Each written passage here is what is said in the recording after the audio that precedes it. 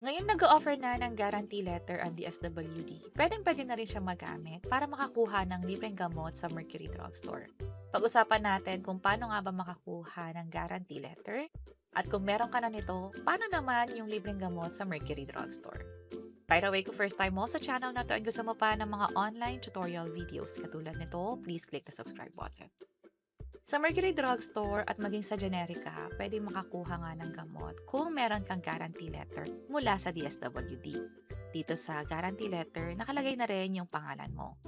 Ngayon, ang importante nating malaman ay hindi lahat ng Mercury Drugstore ay pwede makakuha ng gamot gamit ang guarantee letter. Selected branches pa lamang siya ngayon. Halimbawa sa Central Office sa Quezon City, merong iba't ibang branches. Sa NCR, meron din. Sa CAR region, sa Ilocos, sa iba't ibang rehiyon dito sa Pilipinas, nag-o-offer din naman sila. Ngayon, ano nga ba yung palatandaan na yung pinakamalapit na branch ng Mercury Drugstore ay pwedeng paggamitan ng guarantee letter? Sa labas, may makikita dapat kayo na guarantee letter is accepted here. Kung hindi nyo naman siya nakikita, pwede nyo mismong i-double check doon sa loob ng Mercury Drugstore mismo o sa guard nila. By the way, yung pinakita kong listahan, baka mamaya mag-update yan. So, pwede nyo i-double check yung actual na link. Pwede nyo i-scan itong QR code na to para sa kumpletong listahan ng mga piling branches ng Mercury Drugstore na nag-o-offer nga ng gamot gamit ang guarantee letter. Kung sa guarantee letter, dapat magdala pa kayo ng ibang requirements. Siyempre, hihingin nila yung prescription mula sa doktor. Magdala na rin kayo ng valid ID ninyo para nga naman katunayan na yung pangalan na nasa guarantee letter ay siya ngang nag-a-avail ng mga gamot. Ngayon, pwede nyo rin i-double check sa Mercury Drugstore, baka mamaya may hingin pa silang ibang requirements bukod sa sinabi natin. At kapag nga nabigay nyo na yung guarantee letter, ibig sabihin napakita nyo na to kasama ng ibang requirements, hintayin nyo na lang ang gamot na ipoprovide nila.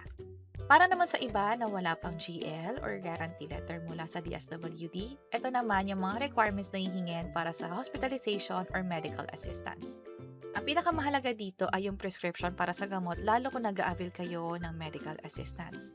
Also, barangay certification or indigency, makukuha ito sa barangay hall. At yung iba pang nakapaloob dito ay makakatulong din para sa mas mabilis na pag-approve ng guarantee letter nga. Kung meron na kayo ng mga requirements na yon, pumunta lang sa DSWD office at doon sa guard, bibigyan nila kayo ng stub number. Doon na rin kayo mag-register sa main gate. At pumunta nga sa CIU office, parang Crisis Intervention Unit yata ito, at maghintay na tawagin yung number ninyo. Kapag natawag na yung numero, i-interview nila kayo at magkakaroon ng assessment. Gagawin ito ng social worker doon sa DSWD mismo. At magkakaroon din ng recommendation o kung ano nga ba yung dapat gawin. Ang gagawa ulit nito ay yung social worker. Doon na rin sa office i-review at i-approve kung makakuha nga ba kayo ng guarantee letter. Pag na-approve, matatanggap nyo na yung tulong mula sa social worker in a form of letter niya. At bago umalis, kailangan ninyong pumirma doon sa logbook patunay na nabigay nga sa inyo yung tulong na nararapat para sa iyo. Tandaan lang na sa pagpunta doon sa office is 8 a.m. to 5 p.m. to, wala namang noon break. At sinasabi rin dito na yung pag-process ay pwedeng within the day. Sinabi nila na maximum of 15 to 20 minutes per client, pero depende pa rin sa dami ng tao. Hopefully, hindi kayo kailangan pabalikin ng another day para makakuha nga ng guarantee letter na siyang pwedeng magamit sa Mercury Drugstore or sa Generika Drugstore.